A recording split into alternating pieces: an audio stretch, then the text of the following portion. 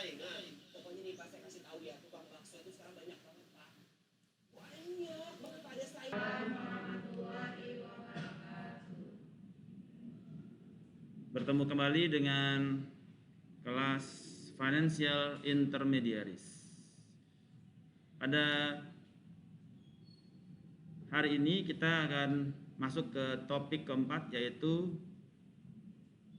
debt based financing. Sebagaimana yang telah kita pelajari di minggu lalu, bahwasanya debt itu terbagi dua. Ada yang menggunakan equity yang minggu lalu, ada yang menggunakan debt. Jadi aset sama dengan liability plus equity. Minggu lalu kita membahas mengenai equity financing. Hari ini kita masuk ke dalam liability based financing. Di dalam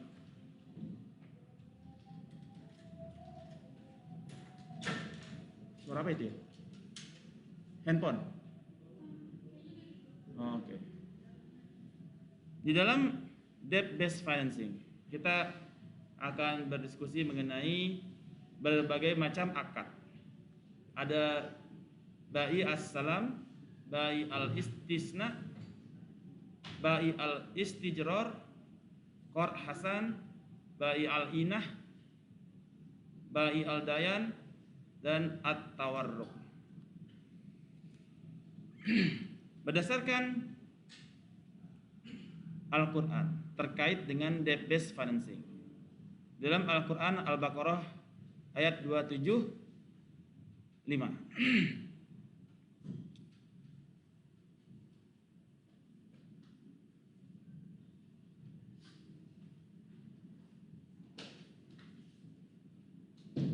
yang bunyinya,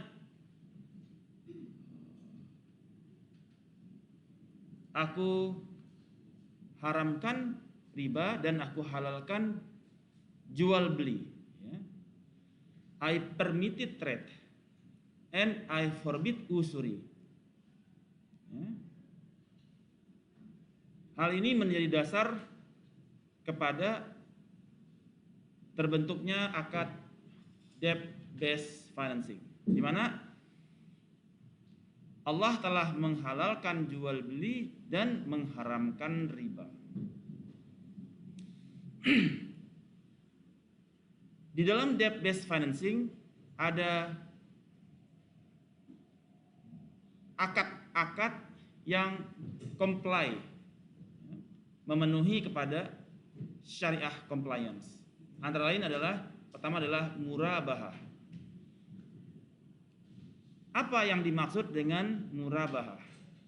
Murabahah itu istilahnya adalah jual beli, ya. Murabahah. Berapa belinya, berapa jualnya. Jadi ada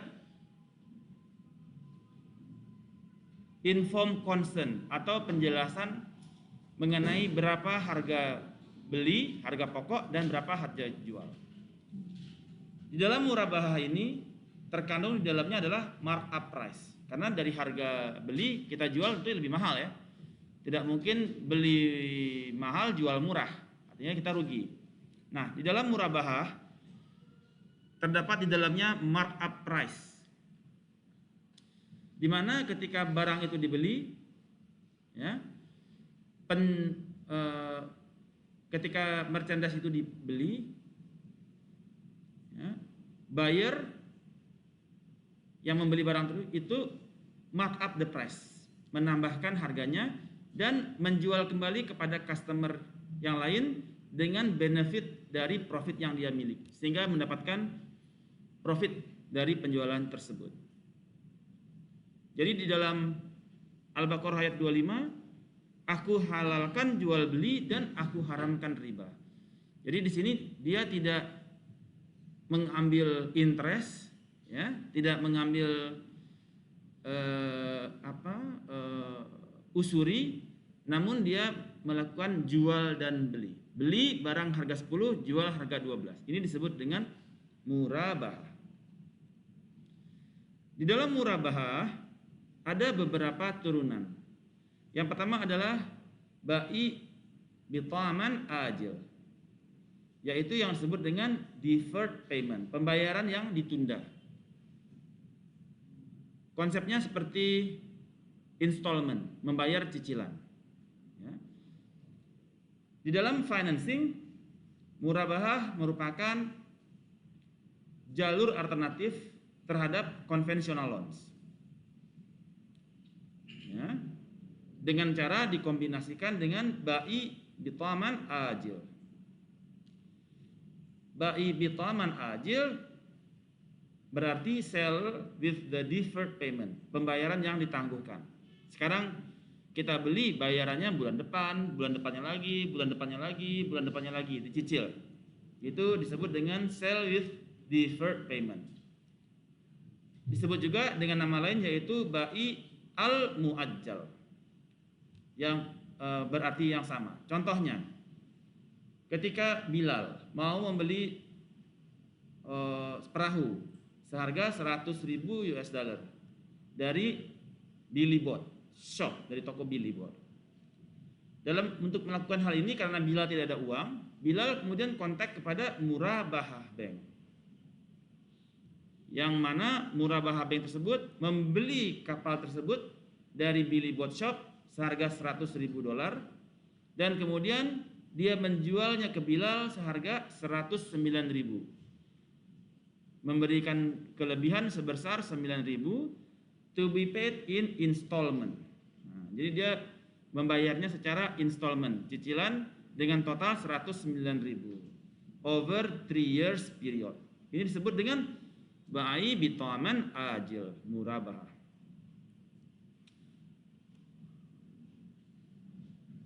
Ba'i bitaman ajil dan murabahah merupakan konsep yang kurang lebih similar dan sering digunakan. Ya. Yang ini merepresentasikan kepada long term credit. Jadi ada long term credit yang di atas 1 tahun. Kalau di dalam liability masuk ke dalam long term liabilities, long term payable. Ada hutang long term. Ya. Ketika customer ingin membeli produk dan tidak bisa membayar di muka, maka customer itu bisa meminta bank untuk membeli produk tersebut dan kemudian menjualnya kepada customer yang akan membayarnya at a later date, ya, with a markup price, sebagaimana tadi dilakukan oleh Murabahah Bank. Profitnya merupakan fixed amount, agreed. Jadi sifatnya bukan yang floating, ya, bukan yang floating. Tergantung sekarang suku bunga BI, no, ini adalah fixed amount. Tidak boleh kalau BI naik kita naik lagi, itu namanya floating rate. Nah, kalau di dalam murabahah dia the profit adalah fixed. Kondisinya bagaimanapun yang terjadi tetap fixed.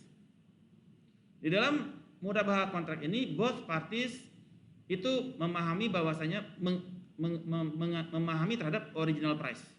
Kedua pihak tahu terhadap harga awal, harga pokok, dan juga harga markup. Jadi di dalam klausul kontrak itu di dalamnya harus disebutkan berapa harga pokok, berapa harga jual. Kalau Anda belanja ke toko kan nggak mungkin terima harga pokok kan? Berapa Pak harga pokoknya? Kok iseng banget nanya gitu ya. Nah, tapi di dalam murabahah kita wajib tahu berapa harga modal dan berapa harga jual. Ini berbeda dengan typical everyday sale, musawwamah. Kalau kita belanja ke Indomaret, itu musawwamah karena kita nggak tahu harga pokok. Kita yang tahu cuma harga yang tercantum kan di label.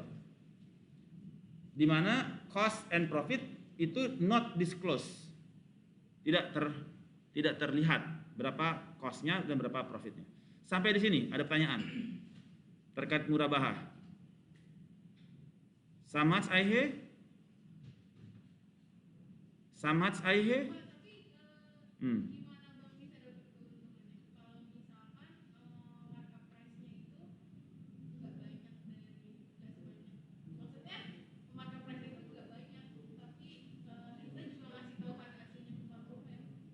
Kenapa gak banyak? Pasti banyak lah. Iya, karena kan dia long term, 3 tahun, 2 tahun. Itu bunga. saya kenakan bunga 10%. Tidak, jual beli kuhalalkan jual beli dan kuharamkan bunga. Misalkan Anda pinjam, saya kasih bunga 10% setahun ya. Itu usuri. Ya kan? Sekarang jual beli kita bicara murabahah. Sekarang Anda mau beli mobil, saya beliin mobilnya, saya beli mobilnya sama bank, saya jual ke Anda. Jual beli. Anda membeli barang dan dicicil. Bukannya Anda beli mobil seharga 100, kan tadi Anda bank beli mobil seharga 100, jual 120. Nasabah cicil seharga 120, jual beli. Tapi kalau Anda beli mobil seharga 100 dengan bunga 10%, total 120. Itu usuri. Sama uangnya, tetapi akadnya berbeda. Beda di akad. Ya kan? Ya kan? Sama ketika Anda pacaran, ya, tiba-tiba beranak. Kan sama-sama punya anak, tetapi yang satu tanpa akad, yang satu lagi dengan akad, kan gitu. Kan sama-sama punya anak, sama-sama berkeluarga, tapi yang satu tanpa akad, yang satu dengan akad. Yang satu haram kan? Yang satu lagi halal. Ada lagi pertanyaan? Oke. Nah, bagaimana skemanya? Di dalam murabahah ini terkait dengan financing asset purchase. Jadi kita melakukan financing terhadap pembelian aset. Customer dia membeli ketika customer beli rumah atau beli mobil, ya, customer bank membeli mobil seharga $100.000. Kemudian mobil menjadi milik bank. Oleh bank, mobil tersebut dijual ke customer seharga $130.000. Di mana customer melakukan deferred payment menggunakan BBA, bai bi'ataman ajil. Kemudian membayar selama 3 tahun sebesar total 130.000. Di dalam hal ini dinyatakan bahwasanya bank tidak boleh menjual sesuatu yang tidak dia miliki. Kita tidak boleh menjual sesuatu yang tidak kita miliki, mengacu kepada pertemuan minggu lalu. Maka ketika bank membeli itu adalah milik bank. Kemudian bank menjual kepada customer. Customer membayar kepada bank seharga 130. Jadi memang barang yang dia punya, mobilnya dia.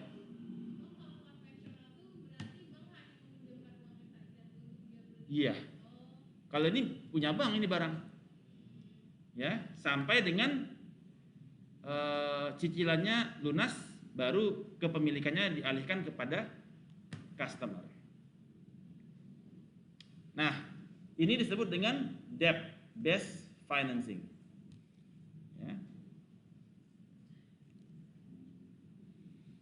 Berikutnya adalah di dalam debt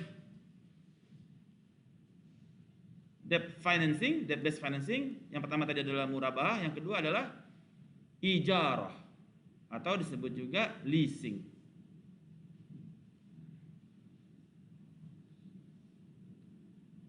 Leasing menjelaskan mengenai kepemilikan remains, bahwasanya kepemilikan ketika Anda melakukan leasing, kepemilikannya tetap dimiliki oleh lessor. Jadi ketika Anda pinjam mobil, kepemilikan mobilnya tetap dimiliki oleh lessor. Dan kemudian ini bisa ditransfer ke penyewa, ya, ke penyewa jika sesuai dengan akadnya. Contoh, di dalam ijarah kontrak yang pertama ketentuannya adalah penyewa harus mengembalikan aset kembali kepada owner karena dia menyewa, ijarah. Setelah dia jangka waktunya habis, dia bisa perpanjang, continue the leasing. Tetapi lessor atau yang pemilik rumah atau pemilik mobil bisa juga menjual asetnya ke lessee, ya, dengan another akad, ya. Disebut juga al-ijarah tsumma al-ba'i, aitak, al-ijarah tsumma al-ba'i. Misalkan ketika bank ingin melakukan financing terhadap mobil, konsepnya adalah customer going to enter into ijarah kontrak, sewa dulu, leasing the car from the bank, ya, atau leasing dari ownernya dengan agreed payment price across a specific period of period. Ketika lease berakhir, the second contract is going to come into effect, which is going to allow customer to purchase the vehicle at the price that already been agreed to. Jadi dulu tuh saya pernah mobil dinas, ya. Mobil dinas saya dulu Innova. Kemudian kita sewa, ijarah. Setelah sewanya habis, kita punya akad bisa beli mobil seharga saat itu. Jadi misalkan sewa Innova 4 juta per bulan. Saya sewa selama 3 tahun. Setelah 3 tahun berakhir, saya punya second contract untuk beli mobil tersebut di harga, misalkan waktu beli harga barunya 300. Ketika di sini harganya 150 atau 200. Nah, itu disebut dengan al-ijarah tsumma al-ba'i.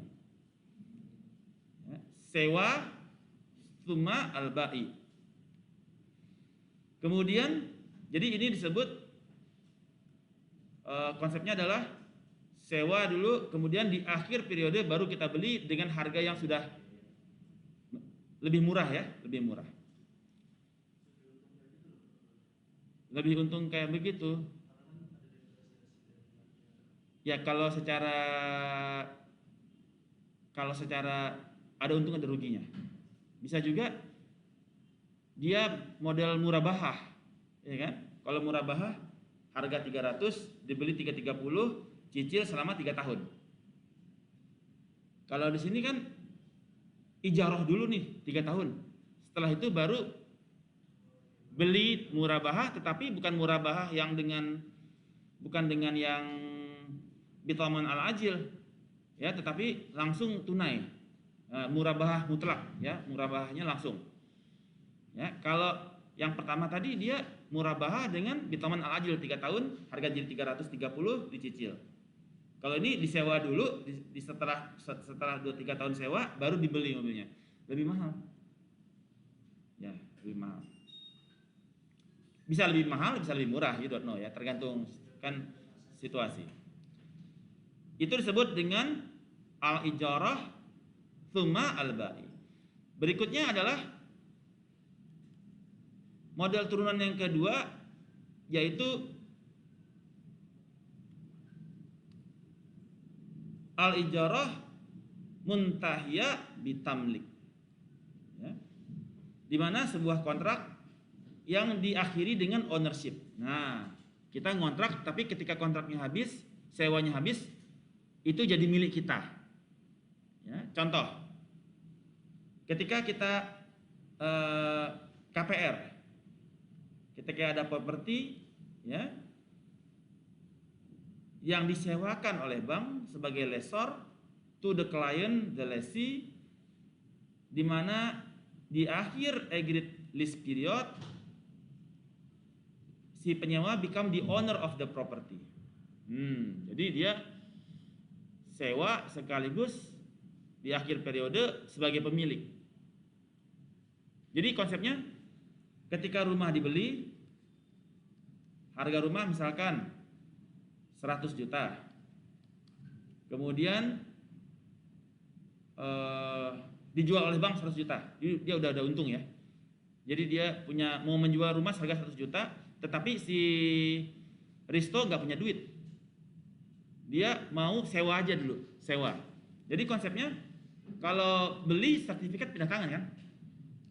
Tapi kalau sewa dia bayarnya bulanan sewanya, tetapi di akhir periode jadi miliknya dia. Jadi bank kemudian menggunakan ijarah al-ijarah muntahiyah bitamlik itu dengan harga 130 juta.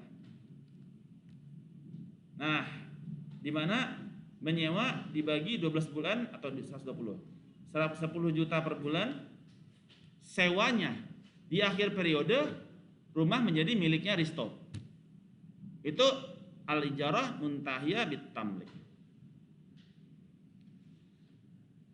Ijarah ini cannot be applied to money ataupun food, sewa, ya. Dan other thing that can be consumed. Jadi ijarah hanya kepada sesuatu yang tidak bisa dikonsumsi. Kalau bisa dikonsumsi, sewanya habis, barang nggak ada, gimana? Udah dimakan, udah busuk, ya kan, duit udah kepake, nggak bisa. Ijarah can also be used in reference to the service given by a person. Seperti lawyer, ya, who is paid by hour. Jadi kalau misalkan ada nyewa Hotman Paris pakai ijarah bisa, ya.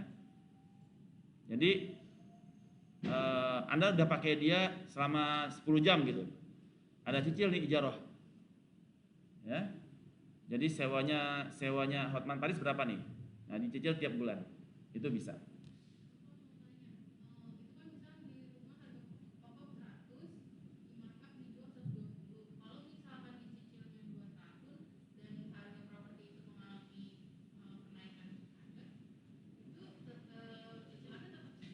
Kan fix amount, nggak boleh naik, kalau turun. Itu ada goror di situ, ada ketidakpastian, ya kan. Kita sudah sepakat, nah sepakat di awal salam untuk transaksi ke depan. Jadi kita fix amount, dikunci. Oke, good. Nah, kemudian tadi sudah ada murabahah, ijarah, berikutnya adalah bai as-salam. Bai as-salam, yaitu deferred delivery sale atau prepaid sale. Jadi ada kasus ketika Nabi Muhammad datang ke Madinah, ya, ada transaksi di mana seseorang membayar kepada korma, dia beli korma suatu kebun yang akan di-deliver dalam setahun atau 2 tahun. Jadi dia korma masih belum matang, udah dibeli tuh sama orang itu. Kemudian Nabi berkata kepada masyarakat, siapa saja yang pay in advance untuk kurma to be delivered later should pay it for the non-specified weight and measures. Ya, harus membayar sebesar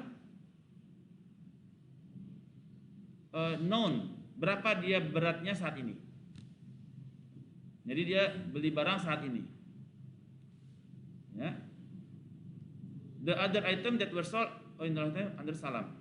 Jadi ini disebut dengan bai as-salam. Bai as-salam ini sering digunakan di dalam agriculture produk. Beli mangga, ya. Orang belum panen mangga, dia udah beli tuh satu kebun. Gue beli nih. Tujuannya untuk membantu petani untuk panen. Atau sawah, padi di sawah. Udah, ini berapa ton nih nanti nih? Sekian ton, gue beli. Nah itu untuk membantu para petani di sawah, ya. Jadi bai as-salam sering digunakan untuk menjual agriculture product in advance, ya. Nah, bai salam ini disebut juga dengan forward contract. Jadi kalau Anda di corporate finance, kita bicara forward, ya. Nah, bai salam ini merupakan forward contract. Namun F1 contract involve a deferred payment as well as deferred delivery. Di mana dia delivery-nya dia menyusul. Salah satu kondisi dari salam kontrak adalah upfront spot payment. Ya. Bukan future payment, tidak, spot. Jadi dia bayar di awal, in advance, yang mana tujuannya untuk membantu para petani yang membutuhkan uang untuk memanen kepada hasil panennya. Sebagaimana hadis di atas, kontrak salam harus menjelaskan mengenai spesifik measure yang diinginkan terhadap produk udah matang gitu ya, for a specific time period, untuk jangka waktunya berapa lama deliverynya dia. Ini disebut dengan bai as-salam. Berikut di dalam debt financing ada lagi yang disebut dengan bai al-istisna. Jadi bai al-istisna ini terkait dengan manufacturing atau pembangunan. Akad ini digunakan untuk manufacturing, assembling, construction project, sesuatu yang belum ada barang. Jadi disebut dengan bai al-istisna untuk membuat barang tersebut. Jadi barangnya belum ada, rumah masih tanah, dengan akad bai al-istisna, ya, baru dimulai production kepada barang tersebut.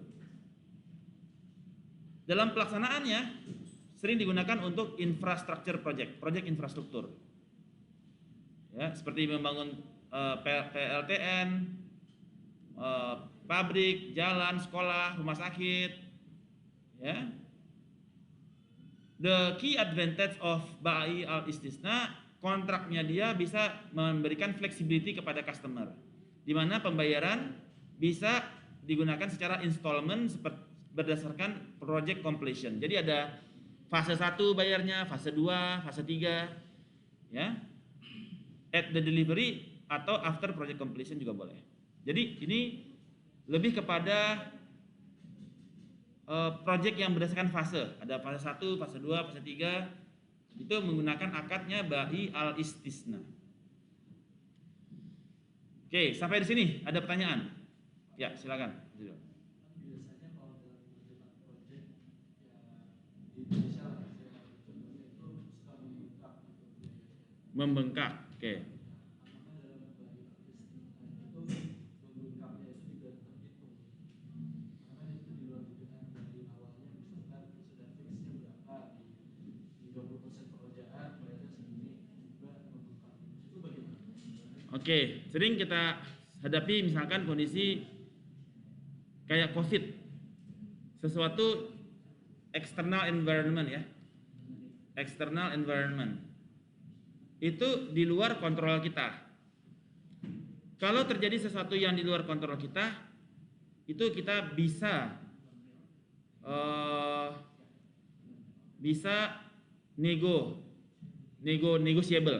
negotiable kepada borrower, pemilik project, owner. Tetapi kalau kesalahannya di kita, karena salah hitung RAB, salah jumlah mining yang harusnya kita taruh, tapi kita sudah tetapkan, itu kita yang tanggung jawab. Nah, itu kita yang bertanggung jawab. Maksudnya bertanggung jawab adalah ada dua alternatif, ya. Artinya ada nombok, yang kedua proyek mangkrak, kan gitu. Ya, kalau misalkan Anda nggak sanggup, ya berarti proyek mangkrak. Ya, artinya Anda udah salah hitung nih. Dan si owner tidak punya kewajiban untuk meneruskan. Loh. Ya kan? Duitnya udah sepakati sekian, dia udah pinjam dengan bank sekian. Maka mana mungkin dia minjem pulang ke bank. Ya. Nah, oleh karena itu perlu kehati-hatian ya di dalam perhitungan ini. Good, Risto. Ya.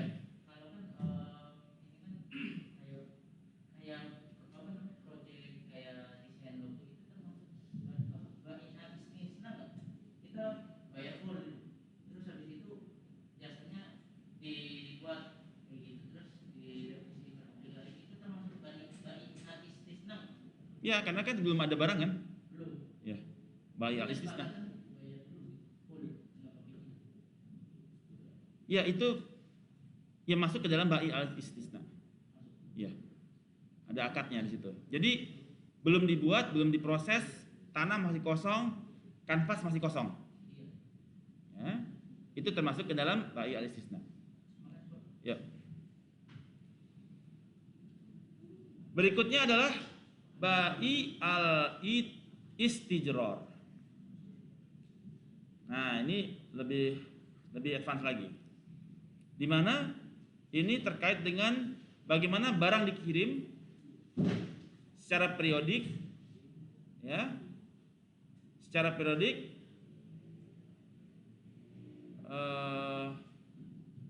tanpa adanya ijab kabul lagi, tanpa adanya akad yang lain. Jadi bai al-istisrar ini adalah misalkan begini, Anda mau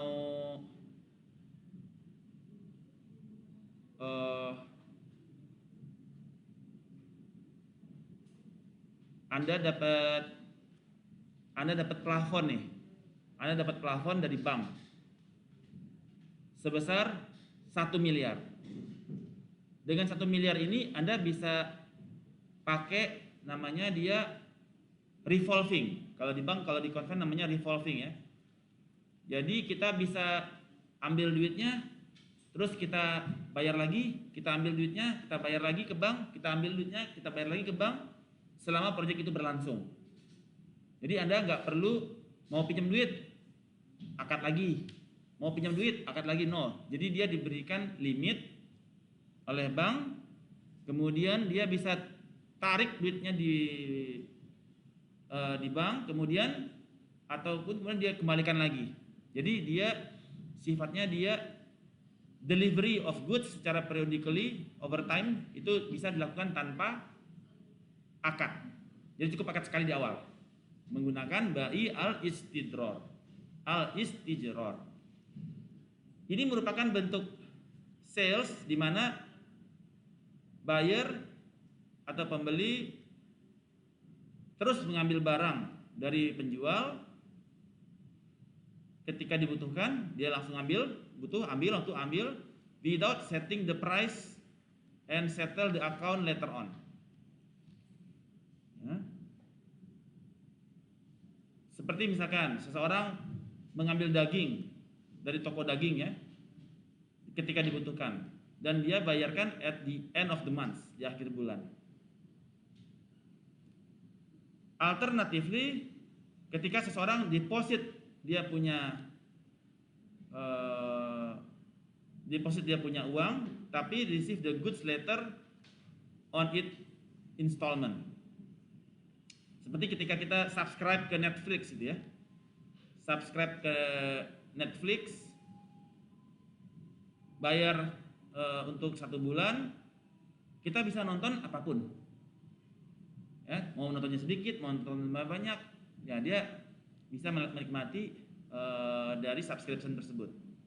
Nah, ini disebut dengan bai al-istijrar. Berikutnya adalah qard hasan benevolent loan. Ini adalah bentuk pinjaman tanpa interest. Tanpa interest. Ya.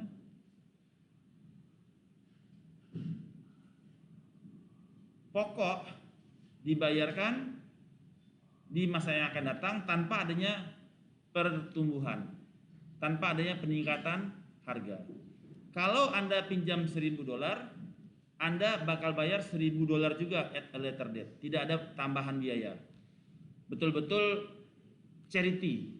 Jadi bank kasih pinjam 1.000, balikin 1.000 di masa depan tanpa adanya peningkatan. Itu disebut dengan qard hasan. Ini berdasarkan goodwill basis, charity. Ya, lebih utama untuk welfare purpose, demi ya membantu orang miskin gitu ya. Si peminjam uang cukup bayar sejumlah yang dia pinjam tanpa interest. Ya.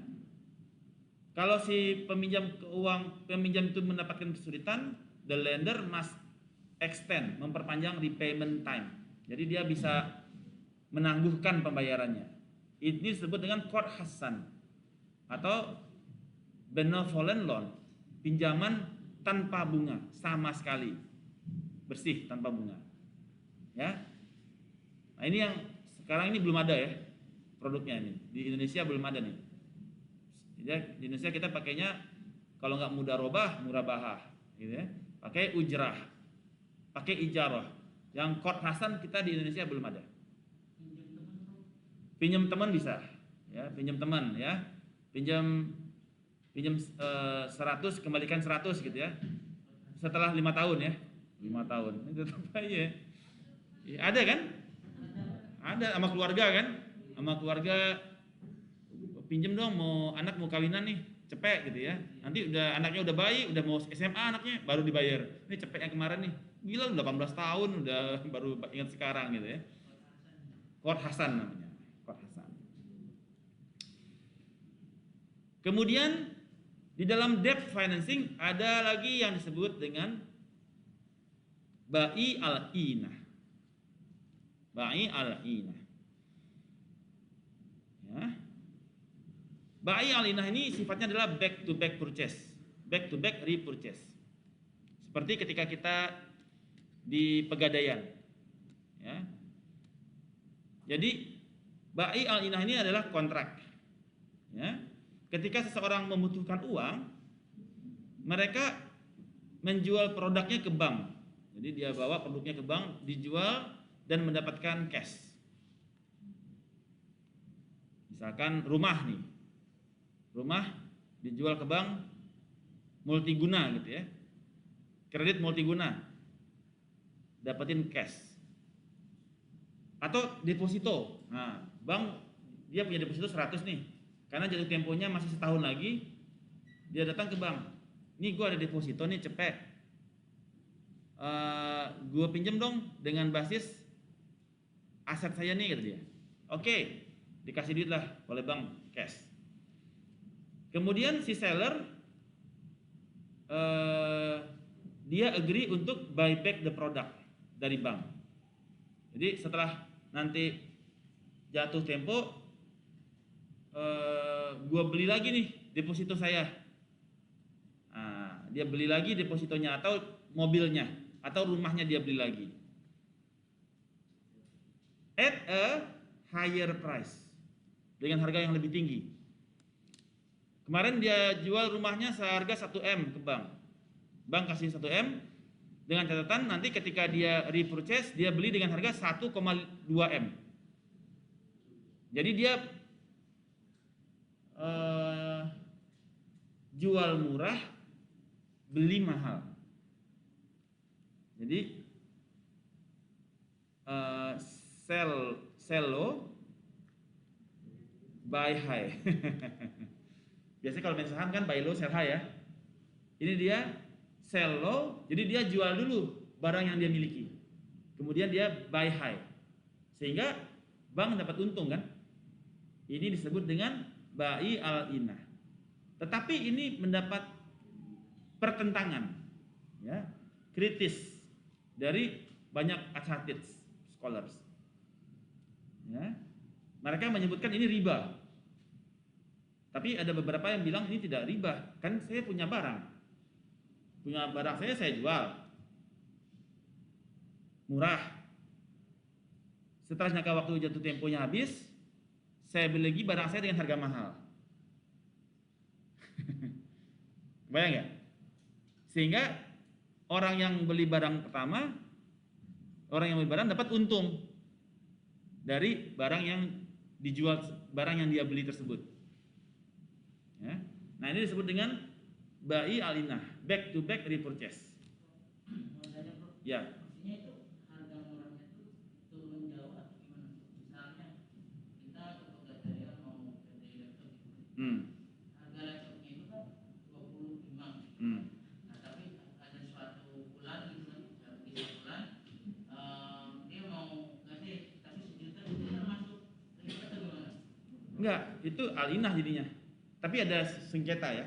Jadi harganya itu ada harga jual beli kan? Iya. Beli aslinya beli. Nah bukan. Harga laptop itu ada harga jual, harga beli kan? Oh iya. Kalau si toko beli laptop seharga 10 juta. Kalau dia mau beli 8 juta. Harga jual, harga belinya si toko kan? Pegadaian kan? Nih gue bawa laptop nih. Oke, gue beli 8 juta. Oke, dapat duit 8 juta dengan catatan setelah 1 bulan dia akan kembali membeli lagi dengan harga 10 juta.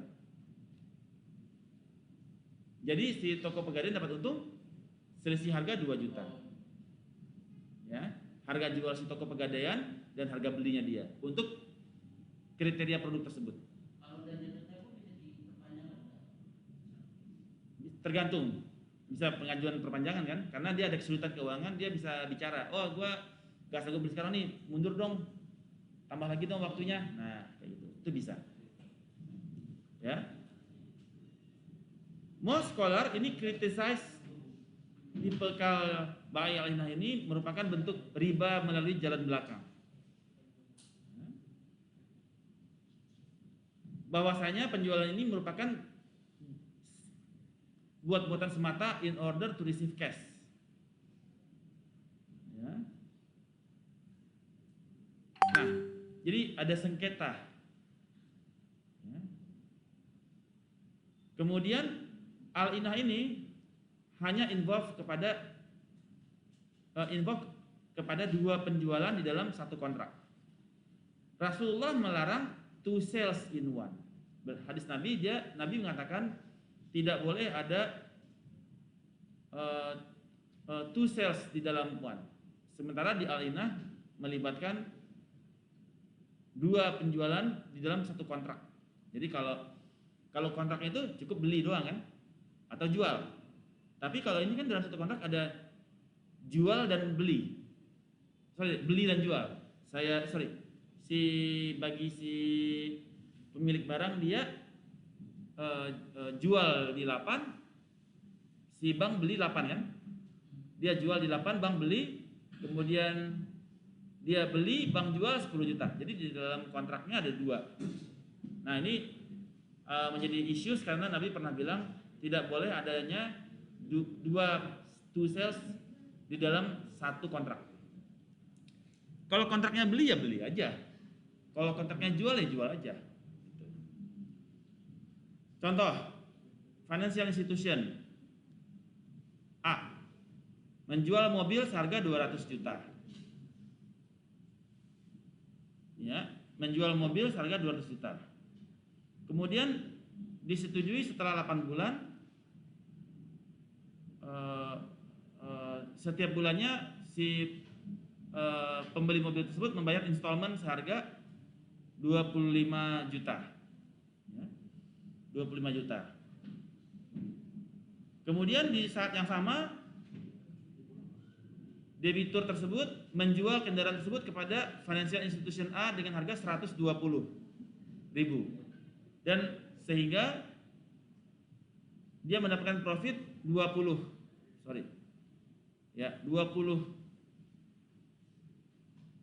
juta dolar due to the price difference. Karena harga pertama dan harga kedua harganya berbeda. Nah, ini disebut dengan bai al-inah, back to back repurchase. Ada pertanyaan? Kholas?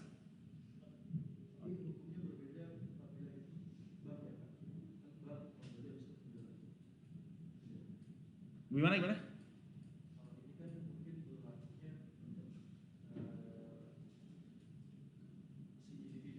Ya. Sama aja. Kan ini transaksinya bisa antara individu dan bank. Nih contohnya. Ini ada bank. Ini ada individu. Si customer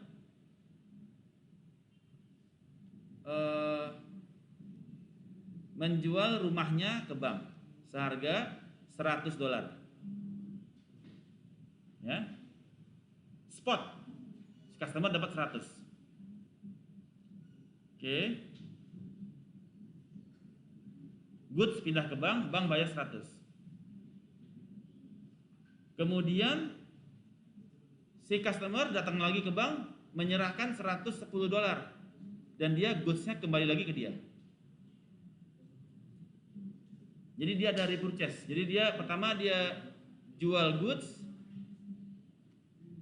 kemudian dia repurchase goodsnya dia dengan harga yang lebih tinggi. Bisa rumah, ya kan? Bisa emas. Kan Bank Syariah juga jual beli emas.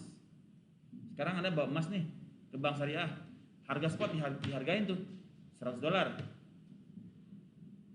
Minggu depan dia balik lagi, dia mau beli lagi tuh barang. Kan itu barang peninggalan nenek moyangnya, ya kan? Mas kawin lah misalkan, masa mas kawin dijual-jualin gitu kan? Yaudah, karena butuh buat anak sekolah, mas kawinnya dijual dulu nih ke Bank Syariah. Minggu depannya dia datang lagi bawa duit, gue beli lagi di harga 110.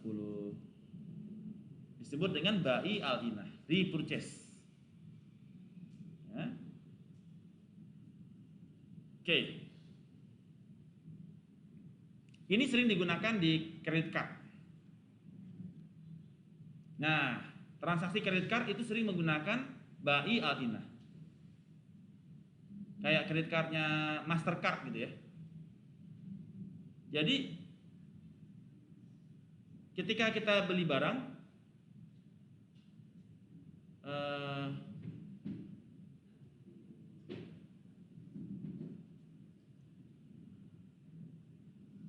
ketika seseorang beli barang dengan kartu kredit, ketika dia bayar, ya kan, bank kan bayar nih harga barangnya $100. Ketika dia mau bayar harganya 110 kan. Jadi dia beli barang harga 100, dia menjual barang harga 100 dan membeli barang lagi harga 110. Jadi keuntungan bagi bank.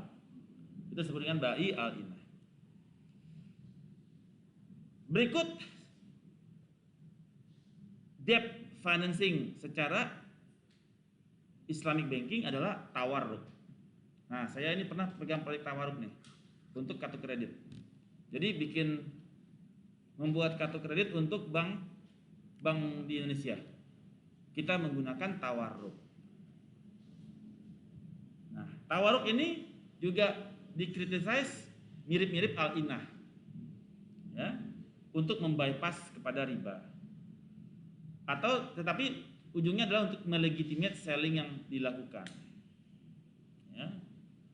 Contoh, yang membedakan antara tawarruk dan al-inah adalah kalau al-inah dia 2 parties, kalau tawarruk dia 3 parties, ada 3 party yang terlibat.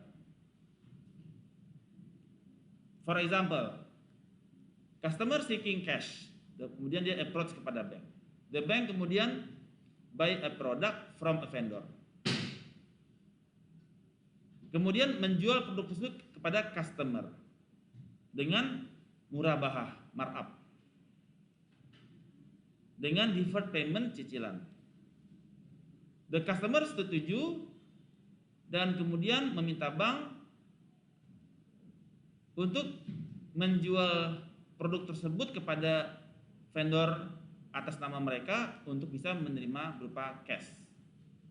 The customer kemudian gain liquidity dan juga memiliki hutang at a later date. Contohnya begini.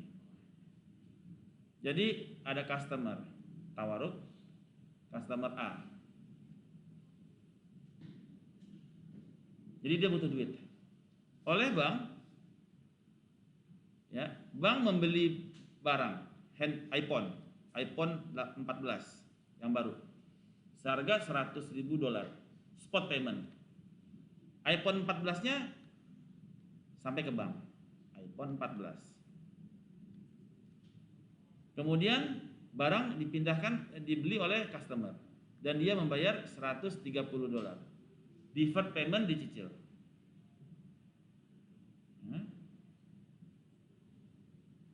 Kemudian oleh customer A, jadi kalau ketika ini dilakukan, ini kan dia bank menerima 130. Nah, ini bank menerima 100. Bank membayar 100 dan menerima 130.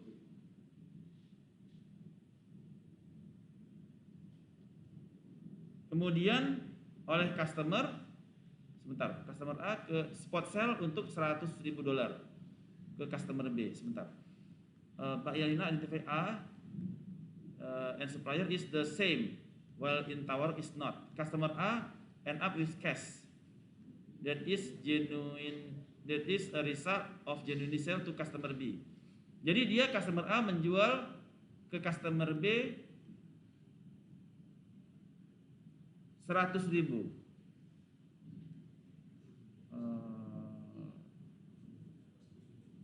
However, organized tawaruk where good supplier and customer B has the same identity.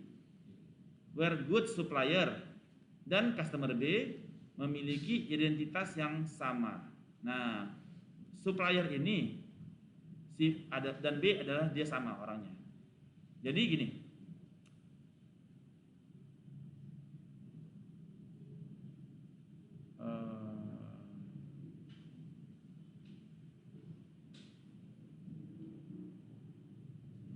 Oke.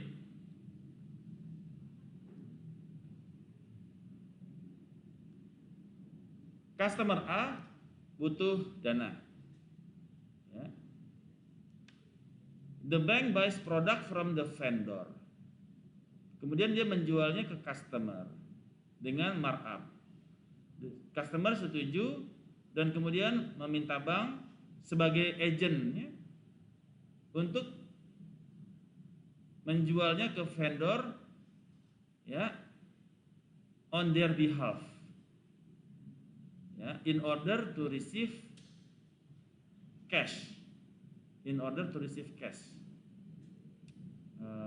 The customer gains liquidity. The customer gains liquidity. Nah, sekarang kalau begini customernya nggak gain liquidity ya. Ini customernya belum gain liquidity. Di mana gain liquidity-nya? Bank ketika orang transaksi, ketika seseorang butuh duit, kemudian oleh bank dibawa ke tawaruk, di mana bank membeli barang dan menjual barang ke customer, kemudian spot sell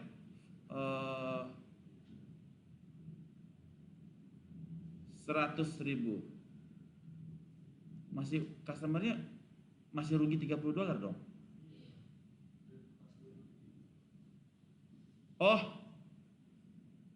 Oke, tawaruknya bukan keuntungan kepada si B. Jadi tawaruk ini adalah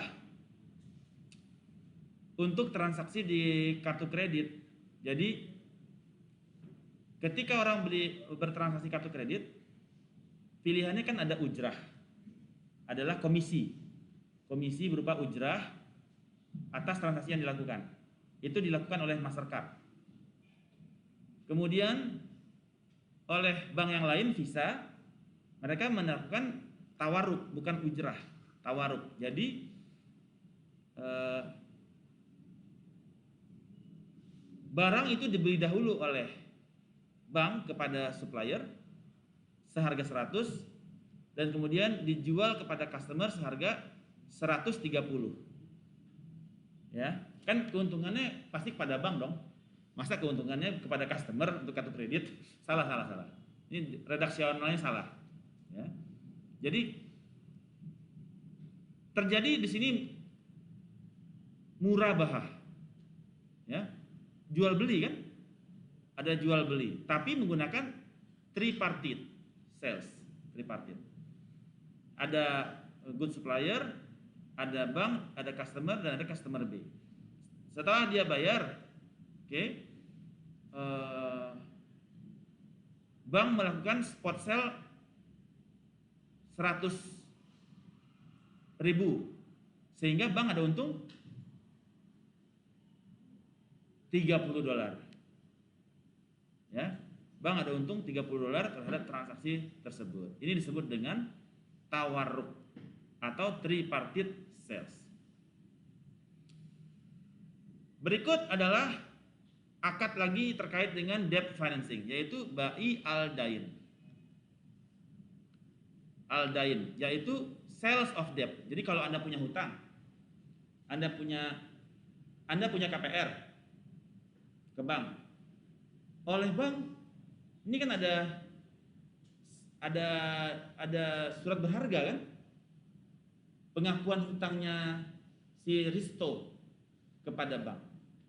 Oleh bank kemudian dijual lagi tuh kepada pihak yang lain, financial institution yang lain. Nih, gue punya mortgage banyak nih, gue pindahin ke lu ya kepemilikannya ya. Sementara kita yang nyicil rumah, ownernya udah berubah-ubah. Ownernya udah bertukar-tukar. Ini disebut dengan bai al-dain, sales of debt, dengan bill discounting. Jadi bank itu menjual secara at discount kepada bank lain. Nah, bai al-dain adalah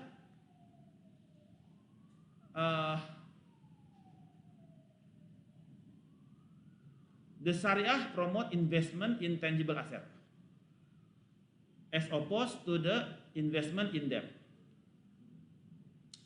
Jadi di dalam bai al-dain terjadi sale of debt ketika debt is sold off, di pass on, pindah kepemilikan at par value without any discount. Jadi kalau dia diminta tanpa diskon agar mencegah riba, interest.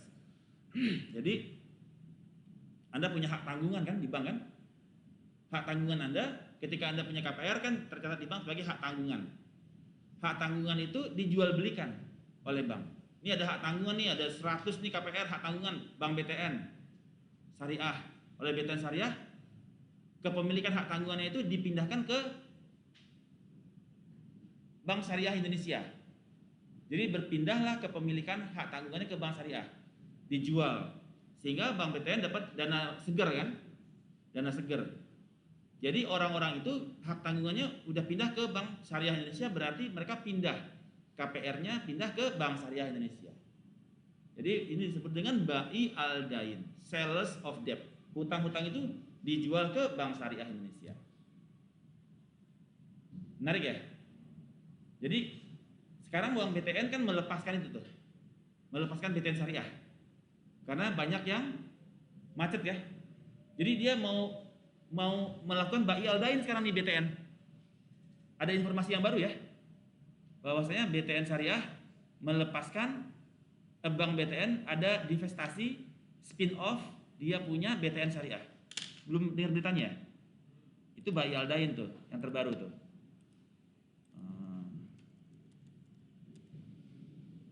BTN Syariah divestiture. Nah, BTN bakal lepas aset unit syariah. Ini mereka melakukan, jadi akan lepas menawarkan kepada BSI barangkali ya. Jadi mereka mau bai al-dain, sale of debt-nya mereka dipindahkan ke semua KPR mereka, dipindahkan ke siapa yang mau beli nih. Nah, itu sale of debt, bai al-dain. Ya. Biasanya di dalam contemporary practice, bai al-dain itu digunakan untuk liquidity purpose, karena udah kredit macet di si BTN. Mereka butuh dana liquid seger, karena uangnya kan ketahan di KPR tuh kan, pada macet. Ya udahlah, jual aja semuanya, pindahin bai al-dain. Karena mereka bank syariah kan, nggak bisa dia menggunakan akad yang konvensional, dia harus pakai bai al-dain dalam rangka mendapatkan capital gains.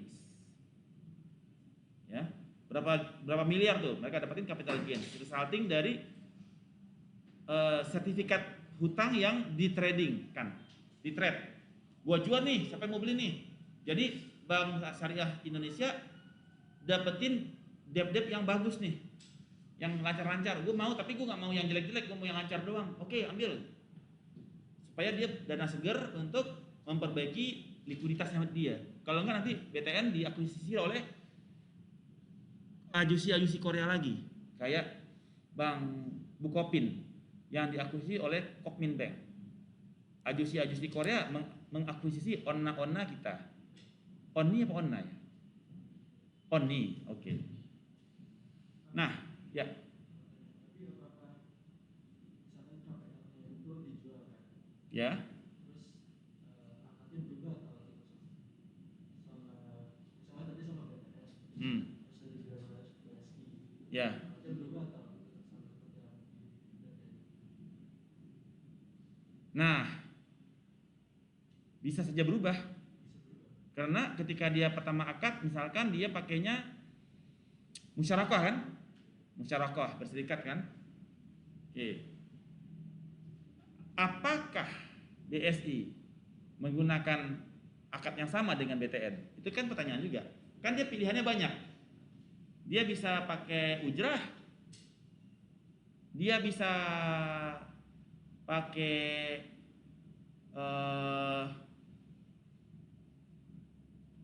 pakai apa ya? Yang dia mungkin ya. Bisa al-inah, ya kan? Bisa lagi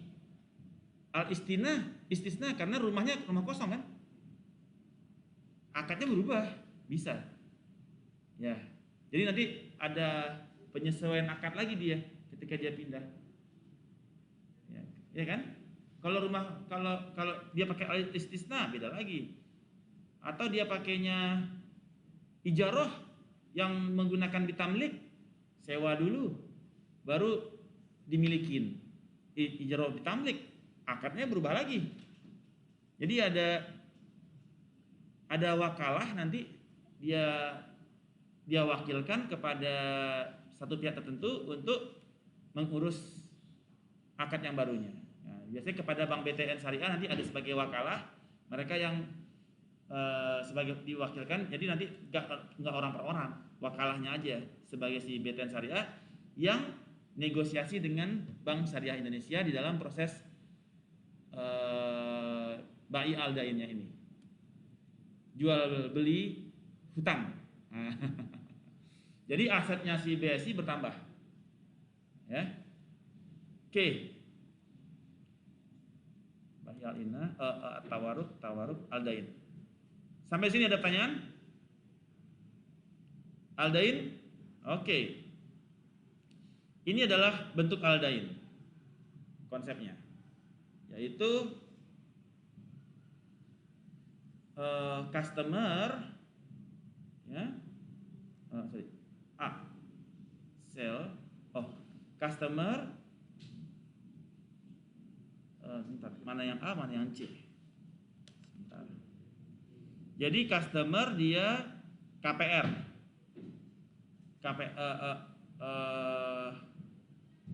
ini surat transfer of debt 115. Oke.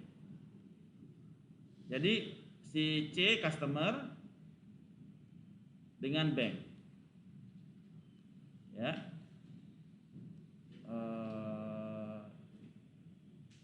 Si customer membayar $110 untuk cicilannya dia misalkan, dan akte tanggungannya di sana semua, akte hak tanggungan dipegang oleh pihak bank, ya. Dalam hal ini adalah BTN Syariah.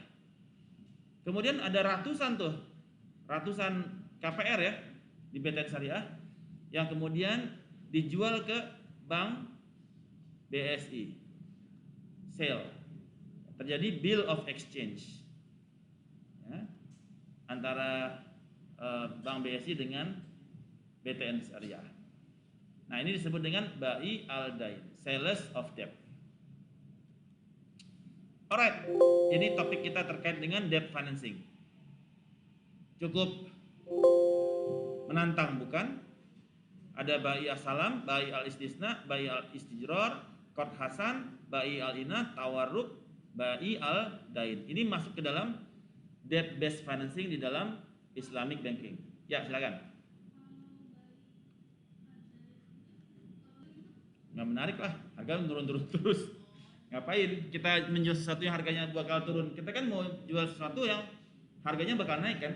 Misalkan rumah, apalagi yang bakal naik harganya? Emas, ya, tanah, apalagi yang bakal naik harganya? Alfat, apartemen, ya, apalagi? sama Land Cruiser naik gak harganya? Land Cruiser kan harganya makin mahal kan sekarang kan? Bisa juga loh Land Cruiser gitu ya. Nah sesuatu yang harganya akan naik. Jadi makanya kita orang kan cari kan, kalau harganya bakal turun orang ngapain beli? Beli di harga 10, jual lagi di harga 8, rugi dong. Kebayang? Good. Any other questions? Tidak ada?